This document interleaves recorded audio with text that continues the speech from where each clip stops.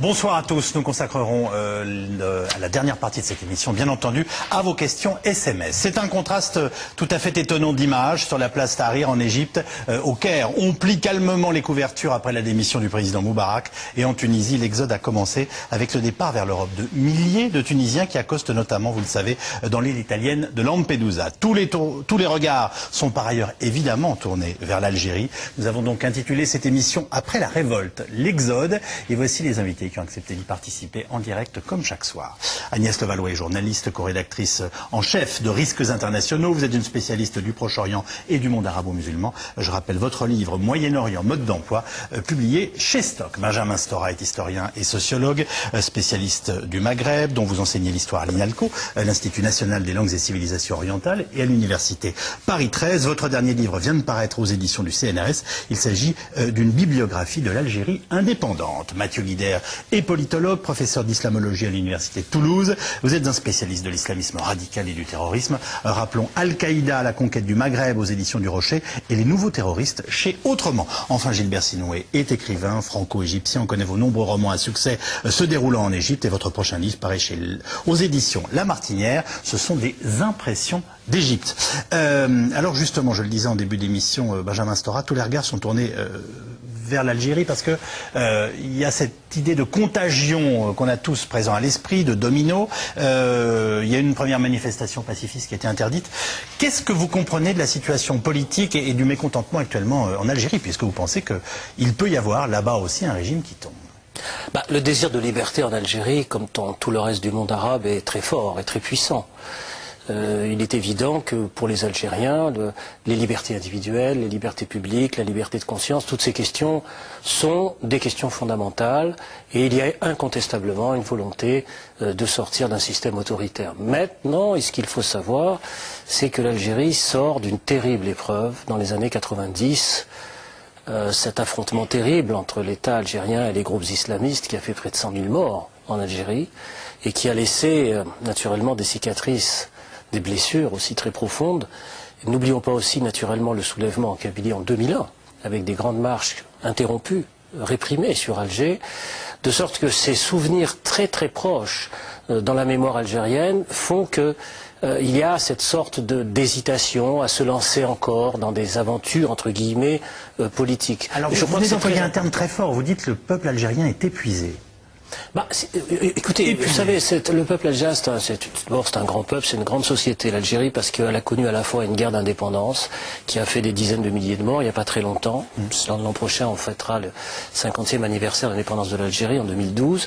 Et puis très très peu de temps après, 30 ans plus tard, cette sorte de guerre intérieure terrible en Algérie qui a fait donc des dizaines de milliers de morts. Et donc cet électrochoc en l'espace à peine d'un demi-siècle fait qu'on a une société effectivement à la fois courageuse mais épuisée, bien sûr. Une guerre d'indépendance, puis une guerre civile. Ils sont épuisés par quoi finalement les Algériens aujourd'hui? Parce que moi, ce qui nous frappe quand on parle de l'Algérie, c'est l'incroyable jeunesse de ce pays. Tout à fait, tout à fait. Encore que sur le monde arabe, on y reviendra peut-être. Vous savez, les courbes démographiques ont tendance à décroître considérablement depuis une vingtaine d'années. Il faut pas garder. Ça reste des pays jeunes par rapport à nous. Oui, ça reste des pays jeunes, bien sûr, mais il faut pas garder. Vous savez, le monde va très très vite. Vous vous en rendez compte en ce moment, bien sûr.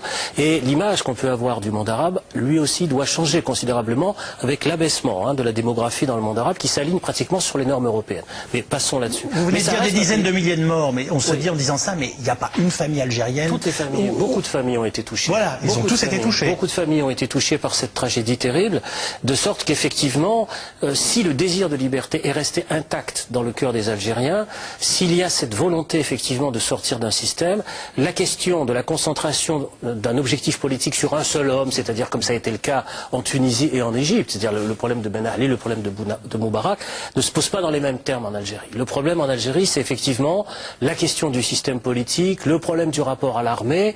On a toute une série de paramètres beaucoup plus complexes, et puis surtout, bien sûr, on y reviendra peut-être, la question de l'alternative politique. Quels sont les partis politiques aujourd'hui en Algérie capables de porter l'espérance d'un peuple et d'offrir une alternative politique? Ça, c'est une vraie question. À la une de nos confrères du Monde aujourd'hui, il y a bien entendu l'Égypte, il y a la Tunisie, et puis en fait, c'est à Plantus, au dessinateur humoristique qu'on a confié M. Bouteflika, ça pourrait faire sourire, mais voilà, qu'est-ce qui se passe ou qu'est-ce qui ne se passe pas? Nous, les images qu'on a eues de la manifestation pacifiste, c'était, je rajoute un peu, mais c'était en gros 10 policiers pour un manifestant, et on a l'impression qu'il ne peut pas y avoir l'élan. Benjamin Stora, mais on peut parfaitement se tromper, Benjamin Stora vient de nous dire c'est un peuple qui est épuisé. Est-ce qu'il y a les vecteurs pour que ça s'allume là-bas aussi? Oui, les vecteurs sont réunis en fait dans la quasi-totalité des pays arabes. Le problème aujourd'hui, on assiste à un apprentissage des dictatures. C'est-à-dire les dictateurs apprennent comme tout le monde. Le dictateur égyptien n'a pas voulu avoir le même sort que le dictateur tunisien, donc il a fait en sorte de ne pas être envoyé à l'étranger, de ne pas partir, de ne pas sortir. Le dictateur algérien fait en sorte actuellement de ne même pas laisser les manifestants arriver sur la grande place d'Alger pour manifester. Donc on a des dictatures qui sont en train de prendre les devants, de faire des apprentissages de ce qui se passe, de sorte à ce que les manifestants aujourd'hui vont être de plus en plus bloqués dans un mimétisme révolutionnaire qui est par ailleurs prévisible de la part de ces régimes. Et je doute que ça puisse se reproduire ce qu'on a vu en Tunisie dans son caractère révolutionnaire spectaculaire. Déjà en Égypte, il était énormément amoindri, et là en Algérie il est quasiment, c'est-à-dire les policiers, 10 000 policiers, 20 000 policiers quasiment aux portes d'Alger.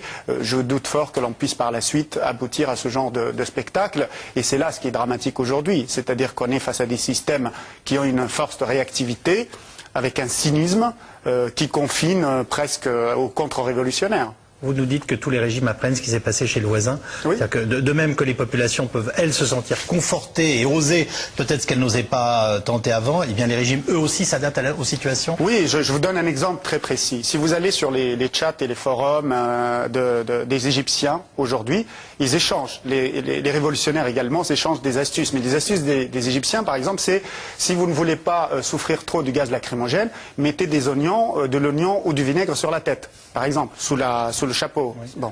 Bon, c'est ça ce qu'ils échangent comme technique entre Tunisiens, Algériens, Égyptiens, etc. En revanche, les dictateurs, eux, et les régimes en place sont dans des stratégies de contre-révolution qui sont très argumentées, avec des conseillers, avec des experts contre-insurrectionnels qui travaillent aujourd'hui. Il y a pas mal de sociétés américaines qui ont été contactées à la fois par le régime égyptien et qui conseillent aujourd'hui même un certain nombre de dictatures dans le monde arabe pour parer à ce contre-révolutionnaire.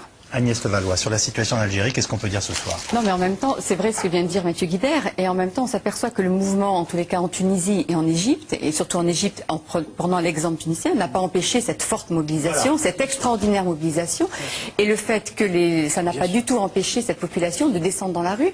Au début, ils étaient des centaines de milliers, et on a vu petit à petit un certain nombre de classes de la population égyptienne qu'on n'aurait jamais imaginé voir place Tahrir. Moi, j'ai eu un certain nombre de témoignages d'amis qui m'ont envoyé des SMS pour me dire j'ai rencontré X, Y sur cette place et je n'aurais jamais pensé rencontrer ce genre de personnes, des gens qui avaient des situations relativement établies, qui profitaient tout à fait du système, qui n'avaient pas été en marge de la libéralisation économique, donc qui profitaient du système tel qu'il était. Et tout d'un coup, moi, ce qui me frappe dans ces deux mouvements, et je pense de la suite des mouvements, c'est cette aspiration à une dignité. Et je crois que ça, c'est vraiment un des termes les plus importants et qui font qu'on peut aller au-delà des contraintes en sachant que l'important, finalement, c'est de retrouver une parole. On sait les liens qui nous lient à l'Algérie. Je voudrais savoir, Benjamin Stora, si vous pensez, quant à la situation actuelle là-bas, que la diaspora algérienne en France et que les Algériens vivant en France ou les enfants et petits-enfants d'Algériens vivant en France aujourd'hui, et étant parfois, et pour de nombreux d'entre eux, devenus des Français, est-ce qu'ils peuvent peser sur la situation en Algérie? Un mot d'abord pour revenir sur la discussion précédente. On a parlé d'épuisement, etc. Mais il y a aussi une très grande force qui existe dans la société algérienne. Et il y a aussi des traditions révolutionnaires qui existent dans cette société, qui sont très fortes. C'est ce que vous expliquez dans beaucoup de vos livres. Alors. Voilà, qu'il ne faut pas minimiser. Maintenant, sur la diaspora, sur l'immigration algérienne en France, il est évident qu'elle peut jouer un très grand rôle. Parce qu'il y a effectivement des centaines de milliers d'Algériens qui vivent en France. Il y a aussi des descendants, les enfants de l'immigration algérienne en France. On peut estimer environ peut-être 2 millions, 3 millions de personnes qui se sentent directement concernées par ce qui se passe en Algérie. Dans le cœur et là-bas, dans l'esprit est en Algérie. Vous nous rappelez le nombre d'habitants en Algérie aujourd'hui? Aujourd'hui, il y a presque 36 millions d'habitants en Algérie. C'est un très très grand pays, c'est le plus grand pays du Maghreb. Mais néanmoins, même si cette diaspora... Ça fait 1 pour 10, hein. Ouais. Voilà, le rapport entre les Algériens et les enfants de l'immigration, c'est énorme comme... C'est un peu le cas aussi du Maroc. aussi. Il faut pas, c'est toute proportion gardée, c'est la même chose au Maroc et en Tunisie aussi. Il y a 600 000 Tunisiens qui vivent en France. Est-ce qu'ils peuvent peser? Donc le problème, oui, la question c'est qu'ils peuvent à la fois peser, influencer, notamment par le biais de l'intelligentsia qui existe, qui est très forte aujourd'hui en France, qui produit des textes, des appels, des déclarations, des tribunes, qui intervient et qui pèse sur le débat intellectuel et politique aujourd'hui en Algérie, notamment par l'intermédiaire de Facebook, d'Internet, des nouveaux réseaux sociaux, etc. Mais néanmoins, attention, les choses se passeront là-bas. C'est en Algérie que ça se passera. C'est-à-dire qu'aujourd'hui, la légitimité politique, elle est celle de ceux qui ont ouvert la brèche. C'est-à-dire de ceux qui se battent sur place, de ceux qui sont, comme on dit, entre guillemets, sur le terrain, de ceux qui affrontent aujourd'hui à la fois le pouvoir, les interdictions, les autocensures ou les censures, etc. Et c'est de là-bas que viendra, disons, de l'intérieur, que viendra le changement démocratique. Vous savez, dans le monde arabe, on a beaucoup parlé de l'histoire démocratique telle qu'elle pouvait se développer, et on s'est trompé, bien sûr, sur la question de l'Irak, où on pensait que c'était de l'extérieur, en pesant, disons, par une invasion étrangère, qu'on allait changer le cours de l'histoire et imposer un cours démocratique. Bon, on a vu que c'était pas le cas, et que c'était de l'intérieur, et la surprise est grande à ce niveau-là, et que c'est de l'intérieur du monde arabe qui est venu le changement. Là, c'est la même chose. Je crois que ça viendra de l'intérieur et des batailles qui se mènent et qui existent et qui sont réelles, notamment au plan social, parce qu'il faut dire et il faut parler du plan social, des grèves notamment sociales qui existent. Je précise que nous reviendrons sur la situation algérienne en fin de semaine, à la veille de la grande manifestation pacifiste qui pour l'instant est interdite.